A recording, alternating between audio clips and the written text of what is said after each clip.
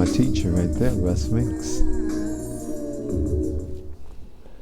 Another day here at the Russ Meek Speaks show, I have the distinguished guest, Dr. Hapi, trying to find out about the things that he does and brings to people around the Chicagoland area. And Dr. Hapi, why don't you tell the people a little bit about yourself? Well, thank you for asking. I am a holistic doctor, and I've been a holistic doctor for over 45 years. I am also a chiropractic physician and a doctor of acupuncture. I did my internship at County Hospital, where we treated people through the Department of Anesthesiology. Okay. And so we worked with people with headaches. At that time, people who had AIDS was coming through Cook County Hospital. They didn't have a separate building for them at that time. We were treating people with AIDS through acupuncture and what have you. And so I am a Grand Master of Yoga. I teach a system called Kemetic Yoga. It's an ancient system that our ancestors did 5,000 years ago. And then also I am a Tai Chi master. And so I've been teaching the Tai Chi and the yoga for over 50 years. And the latest classes that I was instructing was elders at the Kroc Center on 119th Street. And so in the program that I deal with, we focus on teaching people how to use their breathing to improve themselves so that their bodies can get healthier. And so we have the formula of breathing that the baby developed. You see, when the baby is born, the baby can't walk, and the baby can't run, the baby can't jump, and the baby can't show up at the health club. All the baby can do is cry and drink milk.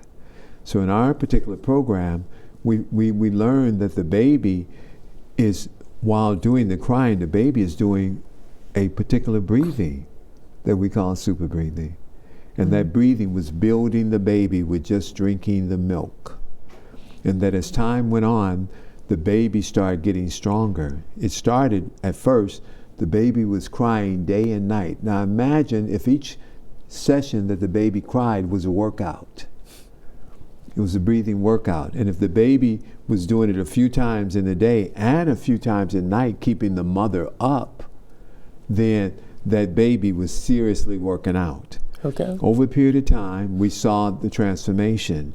There was enough power developed. So in the breath, we're saying it's the power that the breath is developing to give us the power to walk, to run, to function. And so in this time that the baby was crying, this power got stronger. So after so many weeks, the baby became strong enough to turn over. And then the baby kept crying, not missing one day of their practice. And then we saw the baby get stronger. Well, how do we know? We saw the baby crawl. Now the baby was only drinking milk. Baby wasn't eating no superfood, wasn't taking no super nutrients. Only in this milk the baby was getting enough of the ample nutrient to build the bones, to build the muscles, to build the systems, the nervous system, the skeleton, the muscular, the digestive, eliminative, the assimilative system, the circulatory system. All of these systems were being developed as this baby was crying. Okay. So then over a period of a year to maybe 9 months, this baby was able to stand one day. The baby was able to stand one day and walk. Well, if you're able to stand, that means there's strength in your limbs. That means there's strength in your muscles. That means your nervous system is working well to allow you to walk. So this baby was able to start walking. And so the baby kept crying every day, not missing a day, and the baby started walking more. And then eventually the baby is now at 2 years old, called the terrible 2 or 3. That same baby now has a lot of vitality. They've built their power up tremendously, where that baby can run now.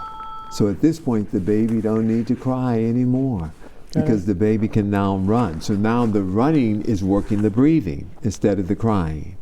And the running is making the heart strong and the other systems of the body strong instead of the crying. So this is work that I've been doing for over 45 years. And initially, we started with athletes. Before we started working with elders. We were working with athletes. And in fact, we've taken this system and we've helped teams. I don't want to name them, but one of the teams, we helped them win a Super Bowl. Uh-oh.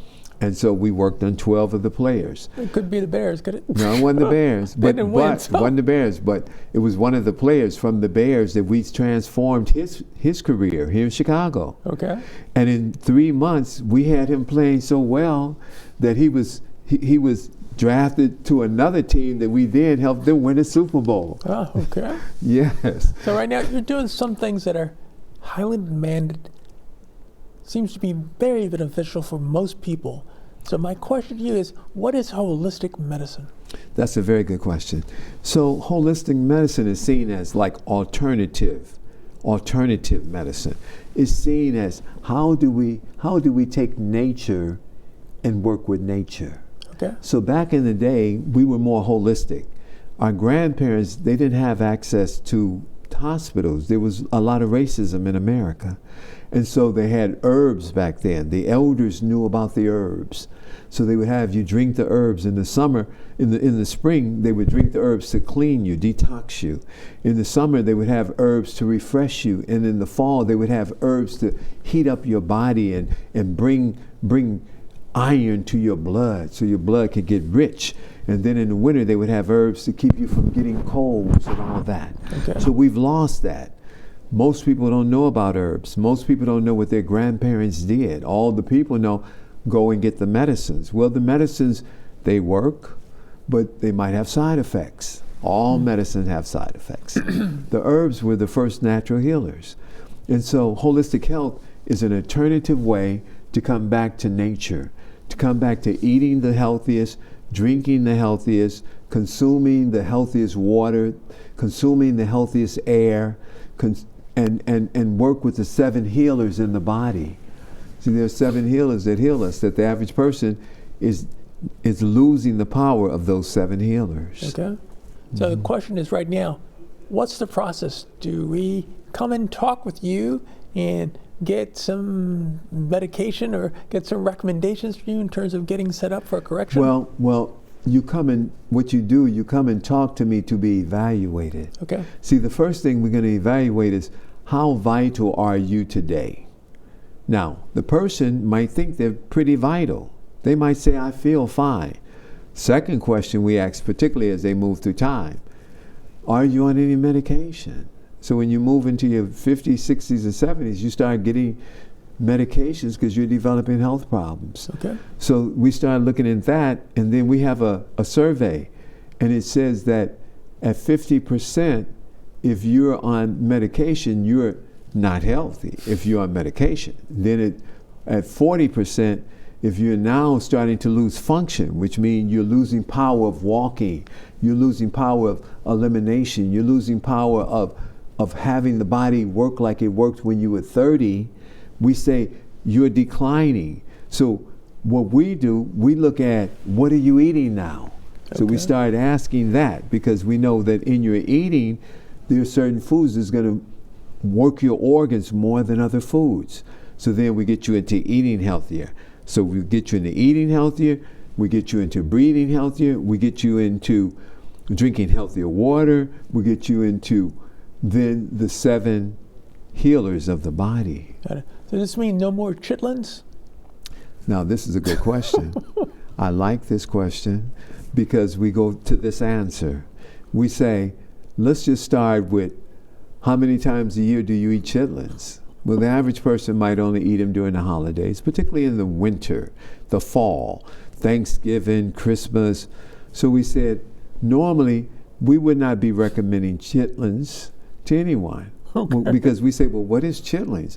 That's the colon of an animal. That's where the feces matter comes through that they're going to eliminate. That's why it's so stinky. But people like to put hot sauce on it and eat it anyway. So we say for those people, we would say, no, don't eat it. But if you had to eat it, you need to do some extra breathing. It's a format where people look at the diets that African Americans during slavery years said, hey, yes. What did the slaves eat? Well, chitlins was definitely a it good was meal. High on the, it was high on the, and what do we see though? what do we see? We see that the slaves survived. Well, why did they survive? Because they was dealing with the healers. So we say, well, what is one of the healers the slaves were dealing with? It was the sun. They were out in the sun. And the sun was giving them vitamin D. And vitamin D was helping to keep their bones strong, keep their flesh strong, their muscles strong. No matter how the chitlins affect No matter how the chitlins taste, no matter how much chitlins, they were dealing with the 7 healers. Now the other healer was dealing with fresh air. So we live in some of these buildings that they have recirculated air. And so we have some buildings, they have mold in the air. And a lot of people don't know that we're getting mold from the air, we're getting mold from cooked food that we keep too long, and that these are some of the stimulators of dementia, of getting the loss of your brain function. So we educate people on what to stop doing and what to start doing so that the 7 healers can heal the person up. Okay, so I get the issue right now. I talk with a lot of people, clients. We talk about what's happening in the African American community. I got diabetes, #1 area. We got heart disease, it's there. We got high sugar, and we have other types of related areas that seem to be pretty prevalent in the African American community. Is this something that's genetic or what? Well, I'm going to share this with you. That was a very good question. So back in the day, my grandfather had a farm, and he had 300 acres. And on his farm, it supplied food to the entire high school. Okay. But there was one food that the farm grew through the trees, which was pecan trees. So my grandfather had these pecans that were these pecans were 2-inch pecans. They were very large, but the shell was soft. So you could crack them very easily, and the meat was sweet. The meat was very delicious. And so my grandfather would have my grandmother make pecan pie all the time. Good thing. Now, very sweet. But what we found out later was all of that contributed to him getting diabetes. Now, the diabetes back then, you couldn't go to the hospital because they were very racist. And so what happened, he lost both of his legs to the diabetes. They cut them both off. He was paralyzed for 20 years in a wheelchair from diabetes, from 67 years old at the height of his vitality to 87 years old. But what we found out that created a genetic pattern for his children, because his children was eating the pecan pie and all of that also. Okay. So they started getting problems also. So as they started moving into their 50s, they started getting diabetes too, into their 40s. And then we go into the next generation, which was my siblings, my sisters and brothers. They started developing diabetes. My mother, her sisters and brothers started developing diabetes, but guess what? I did not develop diabetes. Why not? Why is that? Because I'm not eating what they're eating. Okay. I'm eating from the garden. I'm eating natural sweeteners from the fruits. I'm not eating the sugar that we tend to eat in the pastries, because we are a consumption society, so we consume a lot of flour and a lot of pastries. Sugar is promoted more than anything. What holiday are we coming into in the next couple of weeks? Next week. The Halloween, and then we got Thanksgiving. Halloween is a sugar. It's a sugar fest. It's a candy day. It's a sugar fest. And what happens when children get too much sugar, they can't think. The mind becomes too active. They become hyper. So it's the opposite of dementia. They become overactive in mind and they can't focus. So they give them Ritalin in the schools because they say these are special children that have the problem of learning. They can't learn because they can't focus. So what we do is we help them clean up their diets, get rid of the sugar, bring in the natural fruits, and then we start working with the children's breathing, because there are breathing applications that start bringing the mind back into their control. Okay. So what we do is we teach the children how to activate these applications, just like we would activate applications on the phone. See, the phone, when we got the phone, I'm speaking of the cell phone now. Mm-hmm. The cell phone has a lot of applications. But when we looked at the phone back in the day, we had a land phone. It had one application. That was to communicate. Right. Now the cell phones, you can do a whole lot of different things on the cell phone. Multitask here, no more just you can in and out. multitasking. Yeah. Where the brain and our breathing has applications that are multitasking that can affect certain problems that we have in the brain and certain problems we have in the physical. And when we apply these applications, they are the solution to problems we have, like when we are hyper, when we have, when we can't focus, when children or people get anxiety, when people get angry, when they get worried, when they get grief. All those are emotions that the breath can bring back into control. So we teach people that this breath is a multi application of functions that it can help the person do once the person learn how to use it. And see, we don't know that this breathing, the nostrils, it has certain breathing applications that can affect body and mind. So if we haven't learned that, that would be like you giving a cell phone, and you only know one application, how to answer it. You don't know how to text. You don't know how to go to your emails. You don't know how to use your flashlight on that. You don't know how to use your camera. You don't know any of these other applications. Doctor, I only have to say, from what you're saying, you have applications that seem to be helpful for a number of different situations, could help millions of people. And my only question is, why is the public not being aware of this breathing process? Well, first of all, it's always about education and introduction. You can't know about something if you didn't know it existed. It would be like you're in the middle of Africa and you never saw a plane fly across the sky. If you were in the middle of Africa and you're in a village and you never saw a computer, you never saw a cell phone, you wouldn't know what you don't know because you've never been exposed to it. Okay. So in my particular case, I was exposed to it because I had a health condition when I was 20 years old. I had sarcoidosis. It was a health condition that it's a condition that they say, this is incurable, that there's no cure for sarcoidosis. Now, this is a condition that mainly help and affect African American people. And I was diagnosed when I was 20, and I couldn't breathe. I could not breathe 1 second. And my lungs were scarring, and if I breathed, I would almost cry from the pain of breathing. Okay. So at that time, that's when I got into changing, because I had to become a seeker.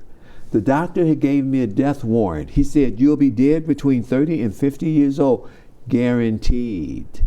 Because there's no medicine for you to help no you. Cure, sorry. There's no cure. You're gonna die.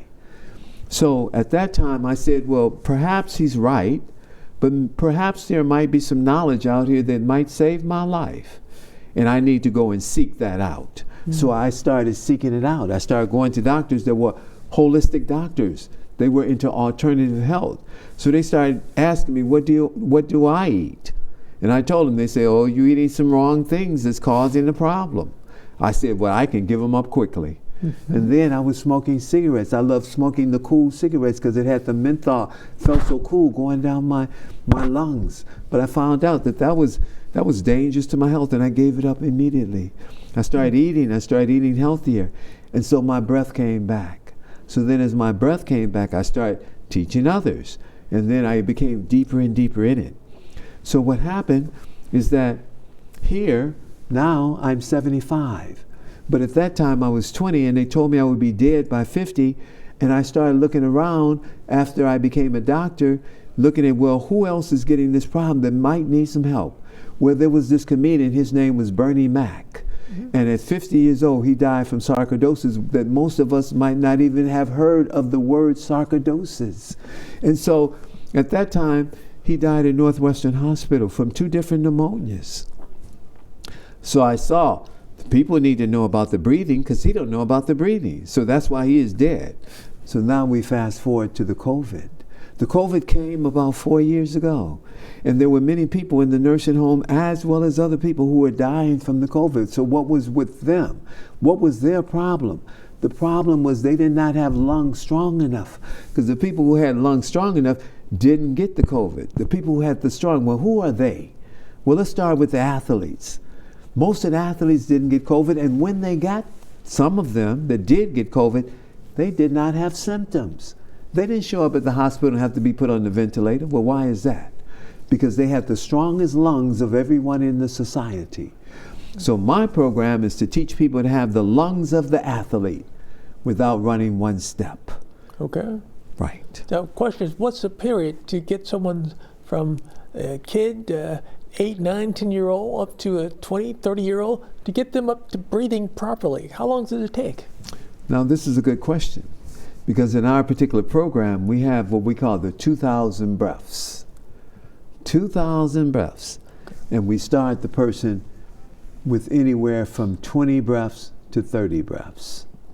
So they would come in for a series of sections, and as they come in with these sessions, each time they'll get better. They'll be breathing more, breathing more. Now, we start the athletes with a higher breathing than we do the everyday people or the elders. The athletes always got to breathe better than everybody else. So we start them at a higher level, and they perform and improve much better than everybody else. But we've done this with elders all the way up to 95 years old.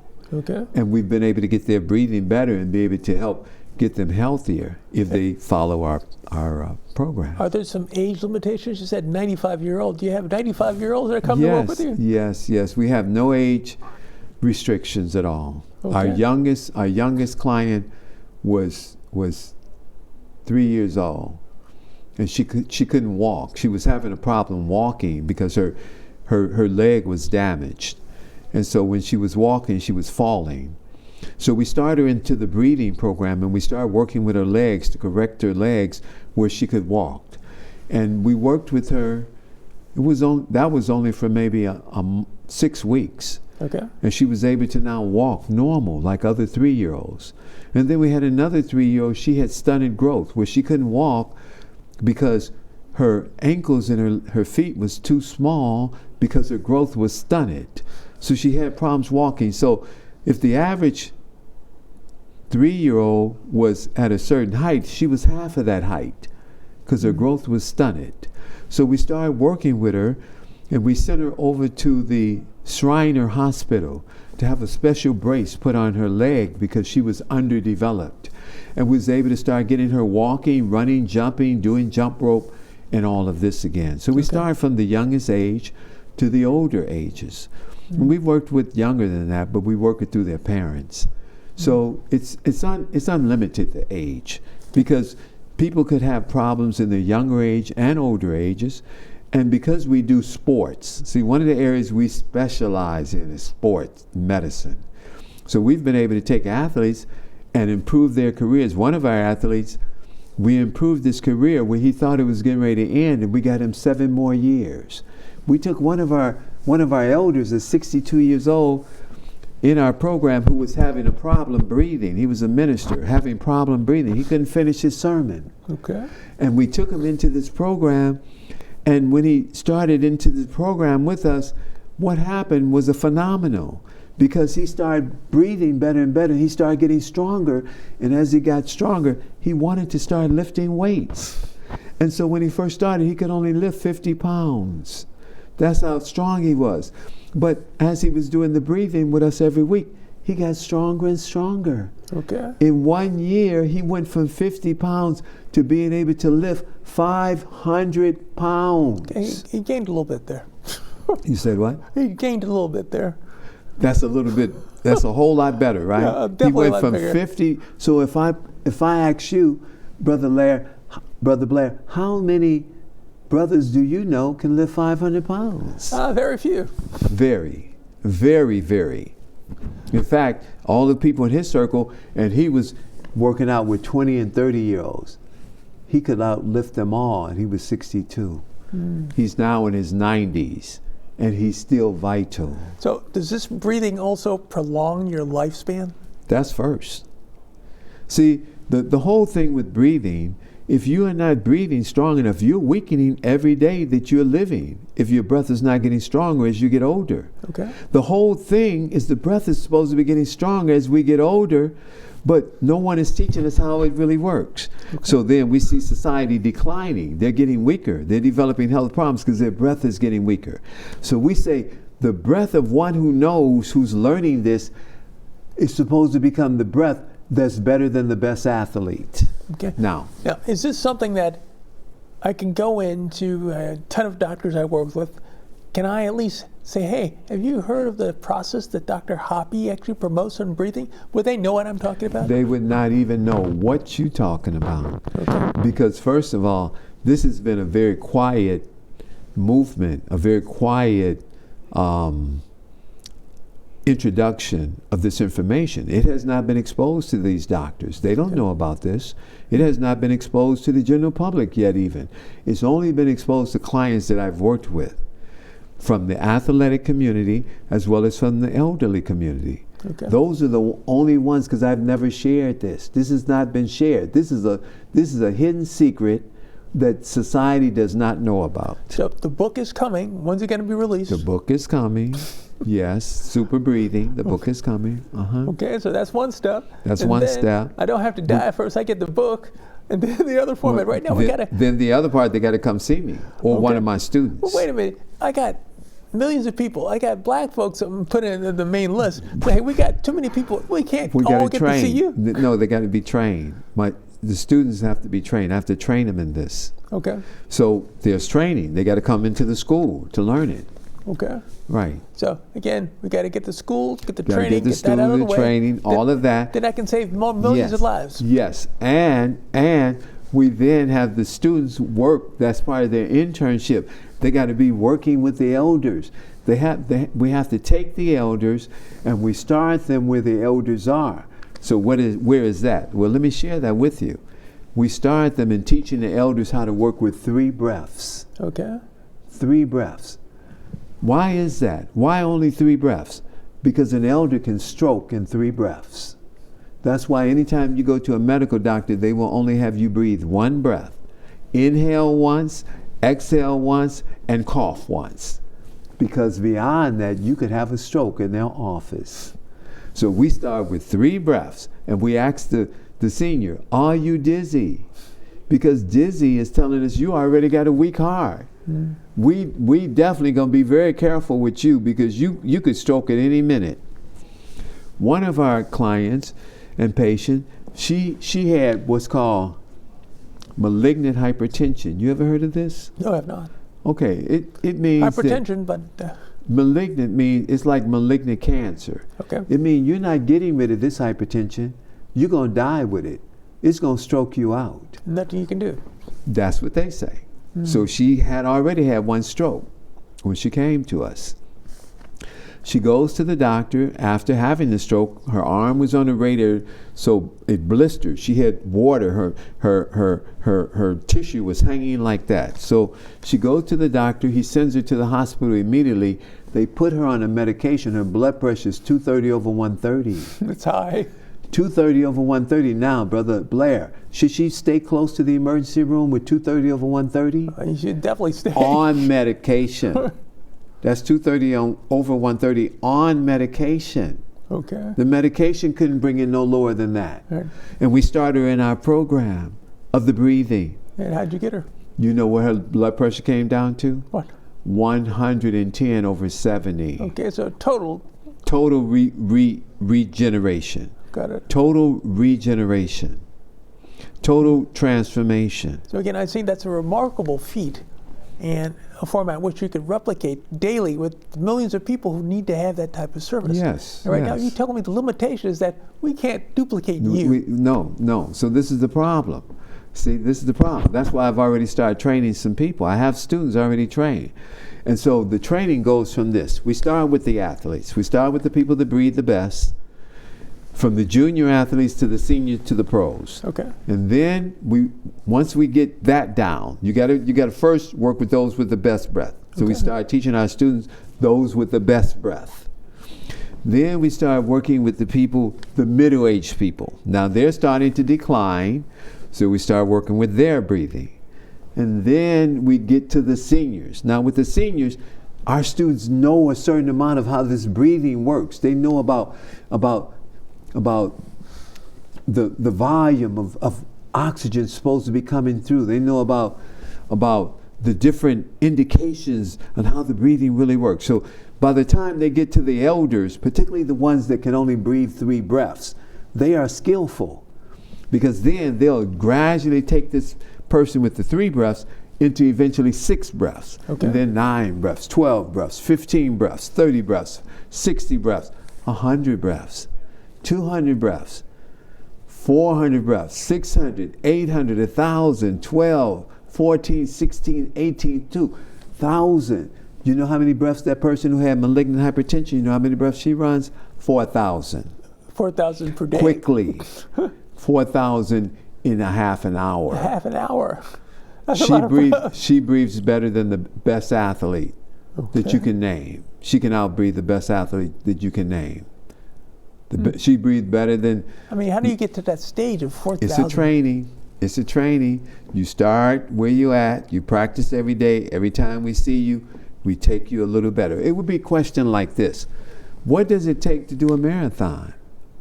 Do you do it in one day? Do you do it in one run? No. You do it over a period of sessions. It might take you 6 months, going out there 4 or 5 times a week. Continue to build a process. But you continue building where you can run further. Well, what we now know is you can do this with the breathing without running one step. Okay. The organs can get better. The structure can get better. So I'm gonna share this with you. So one of my clients, she was one of my neighbors when we were younger. When we were teenagers, she was my neighbor on the other end of the block. Okay. And so she called me when she was 70 years old, and she was on a cane and had back pain. Couldn't hardly walk up the stairs or down the stairs. And she said, "I'm afraid I'm gonna be in a wheelchair." And her name was Wanda. And I said, "Wanda," I said, "now, if you work this like I worked it, if you are as excited and inspired to do the effort that I did, you not only will be able to walk without that cane, you will be running up my stairs. You will be running down my stairs." So she hung in there. She came every week for a whole year. She still comes now, but she comes once every 2 weeks.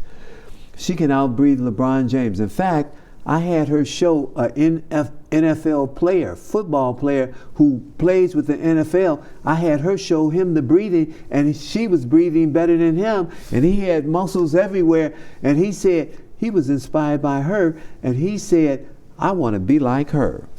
So now he comes in to get his sessions. He would ask, he says, "Is Wanda here?" I say, "You just missed her." He said, "I got to be able to breathe like her." It's like, Wanda needs to be the consultant on call. Hey, She Wanda. needs to be the consultant on the call. So she's named in the book. Okay. She's in the front of the book, and she's in the back of the book. She can outbreathe any athlete you bring me. You bring me the best NBA player right now, starting with Milwaukee, with Giannis. Okay. The African who can run like a gazelle. Got it. She can outbreathe him. She can outbreathe LeBron James. She can outbreathe Stephen Curry. She can outbreathe any of the football players that you name who are the superstars. And her breathing got so good, she lost 70 pounds. She was 70 pounds overweight at 70 years old. Now she's all nice and strong and slim and healthy, vital. She became so inspired by her progress that she got this T-shirt. And the T-shirt on it, it said, "She is awesome." And on the back it said, "And I am she." Oh, gosh. So she wears that shirt when she comes to do her session. She put this shirt on like Superwoman. And she breathes so well. Now, I have to be in my A game when I breathe with her. I have to be breathing at my best, because she can outbreathe me now if I'm not on my A game. That's how good she is. Now, looking from what I'm hearing from you, breathing is the key. It's the first key. Okay. See, there's 7 keys. We got the diet. Breathing is first, Okay. because 3 minutes without breath, there's no life. Okay. So breathing is first. Okay, number 1. Water is second. Water. You got to have the best water. Now we're starting to hear about water. They're talking about alkaline water. Okay. You see them with the bottles at the stores. But there's a water better than that the Japanese created over 60 years ago. Okay. And it comes to a machine, and they created that water when America bombed Japan. They had radiation everywhere, and the people couldn't breathe the air, couldn't drink the water, and couldn't eat the food because the land was radiated. Everything was radiated. Right. So the Japanese scientists had to go around the world and discover water. They had to discover what was the best waters. And when you get the best waters, how well is your body? So they saw that in the Himalayan mountains, the people that lived there, they drank the water from the mountains that gave them super vitality so that they can climb up and down the mountains. So in their 70s and 80s and 90s, they were still climbing the mountains like 40-year-olds. Okay. And so the Japanese came back and created a technology from that a machine could create that kind of water. And they put it in the hospitals first in Japan.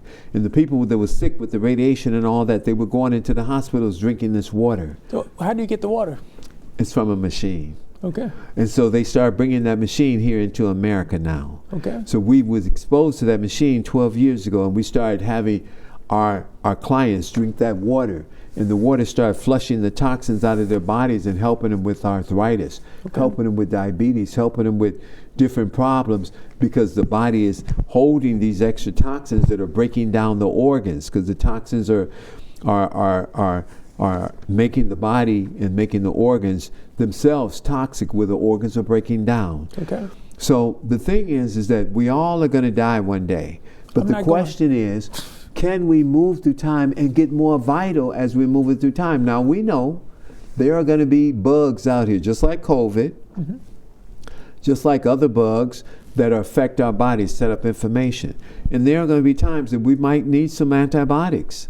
Okay. But the thing is, if we can get the body healthier, get the lungs, get the breath healthier, and then deal with the 7 healers, we can be so much healthier than everybody else. Most of my patients, the ones that follow my track, when I say my track, they follow the plan I put them on, they have the greatest chance to be healthier. Because most of my patients are coming after they've tried everything else. Okay. After they're sick, after they're taking the medication, after they're still not getting better. And they come to me and we put them first on the breath. First on bringing the breath back like we brought it back from the baby. Okay, then second, the water. Then third, the food. Okay. Then fourth, fresher air. So we say that the air we breathe in these buildings, a lot of that air is toxic. It has formaldehyde. It has chemicals from the pipes in the basement with the asbestos, and so we're breathing in over 500,000 chemicals.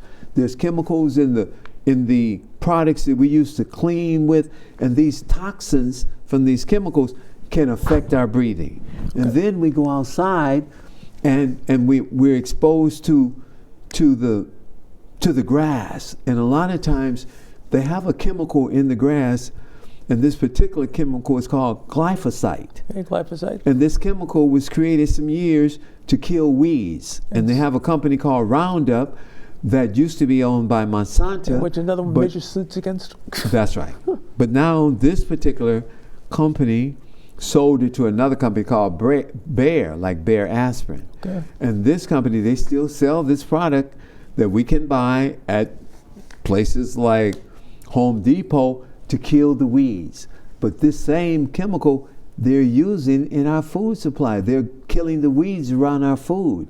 So this chemical goes into our food, and this chemical destroys our GI tract. It destroys the friendly bacteria. Now with the air, question, is it better to get the air containers where you can just breathe air, pure air? No. There's a technology they've created.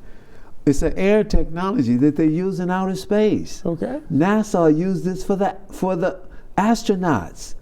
They can't send a spaceship up there to just bring somebody back down to Earth to go to the medical doctor. Okay. So they have to be up there with the best air, the best everything. Okay. So they created this technology, and the technology was created out of Wisconsin. University of Wisconsin created this air technology for the astronauts in outer space. Okay. So now what they've done, they've created a home unit of this technology to be used in the homes and in the commercial buildings. So they have this technology at Triton College. And when you come into the building, this particular air technology kills the microbes of the people coming into the building. So you got people coming into this building. You said that's at Triton? Triton College. They never told me that they had that there. They got it. I teach at the school. So. They got it at Triton College. So when the people go in, This particular air technology is killing COVID on the people's bodies. Okay. When people are coughing, it's killing the COVID coming into the air from the cough. And so this particular technology, people need to have this air technology in their homes, because this is the technology that helps to kill mold in your house. Mold can come from the bathroom. You could have mold in your closet. You can have mold in your closet on your lower levels where it's damp. Right. The mold will come in. You're breathing the mold. Mold goes into your body and it starts weakening your immune system and your lungs, and then you die from the mold. So we have this air technology to take care of that. We got the water technology. We tell the people they need to be out in the sunshine. They need to be in the grass, barefooted, stimulating the energy in their body from the earth, because the earth is magnetic. So our bodies are electromagnetic. We get the electric from the sun. The sun put out certain ions, solar ions that create electric signals in our body. So as we're breathing the air, it's not just oxygen. Okay. We're breathing solar ions. Just like when you take solar panels and you put them on a roof to pull the electricity from the sun and you store it. That's what we're pulling from the sun, from the rays. The vitamin D, do I need to have an overdose Well, the of D is coming from the sun. So Right. as we're breathing, we're creating D in the body. Okay. As we're breathing, we're bringing in these ions. As we're walking on the grass, we're creating magnetic energy in our bodies to help the electrical system of our bodies, because our bodies are electrical. The breathing creates electrical current that helps the brain to have energy and the body cells to work. And so that, along with the foods that we eat that have the chemicals like the calcium, the sodium, the magnesium, and the potassium, and then the amino acids through the foods that we eat, from the protein, the carbs, and the fats, when we're getting all the healthier fats, carbs, and protein, and then we're getting the best air and the best water and the best breathing, then we can transform the bodies more into vital super bodies that can be so much healthier than everybody else. So again, we've gone through a lot of data. You've given me the 5 points. I got to get the breathing. I got to get the water. I got to get the air. I got to get the proper diet. And I got to get a chance to be out in the environment, be feet on the grass and do things of that nature. What did I miss? You miss being able to sleep better. Okay. You got to sleep is one of the 7 healers. But I got to get the work done. No, but you got to sleep though. If you don't get to sleep, you're gonna limit your healing. Okay. See, healing happens when we're sleeping. That's when it really happens. Because when we're up, we're putting out energy. So we're not healing when we're putting out energy. Okay. Other than working out, other than doing the breathing. That's when we're generating electricity and generating healing. Got it. But when we sleep, that's when God is doing the healing. So now this healing, it's being generated because there are 2 systems in our bodies. The ancients call it the 2 fighters. So one of the fighters, you have the sympathetic nervous system and you have the parasympathetic. So the parasympathetic is your healing, rest, and digestive system. That nervous system, it resets you. So while you're sleeping, it helps you to release melatonin from your pineal gland so you can rest deep. You must rest deep to heal. And that's why when people are in the hospital, that's why they convalesce. They're trying to let them rest to heal. And so as they're getting this rest, nobody's bothering them. They don't have any stress on them because they're resting. The doctors are getting their medicine. They're able to come out the hospital. Even your entertainers, you see them in exhaustion. They're working day and night. They're in the studios producing their CDs and what have you. And you might see them fall out on the stage from pure exhaustion, not enough rest. They put them in the hospital 24 to 48 hours. They give them an IV of sodium chloride and they bounce back, because in the hospitals, the sodium gave them the power back. They lost the power. This is what they did. They didn't get sleep. They lost the power, and they fell out like a bunny rabbit whose batteries have went out. That's the process. Dr. Hapi, we've gone through a lot of material. We've burned up a lot of time trying to get information to people. How do people contact you to learn about this? Well, there's 2 ways. They can go to my email. It's ANH, the letters, A like apple, N like natural, H like Hapi, ANH 1821 at gmail.com. They can do that, or they can text me at 312-804-6785. 312-804-6785. Just text me. Leave a message with their name, and I'll call them back. And then, because usually if they're calling in the daytime, I might be with my clients. And when I'm working with the breath, I'm not being distracted, because I got to make sure this client is doing this perfectly every time as they improve, as they get better and better. Because one day they will be breathing as well as I breathe. Now, I breathe better than the athletes.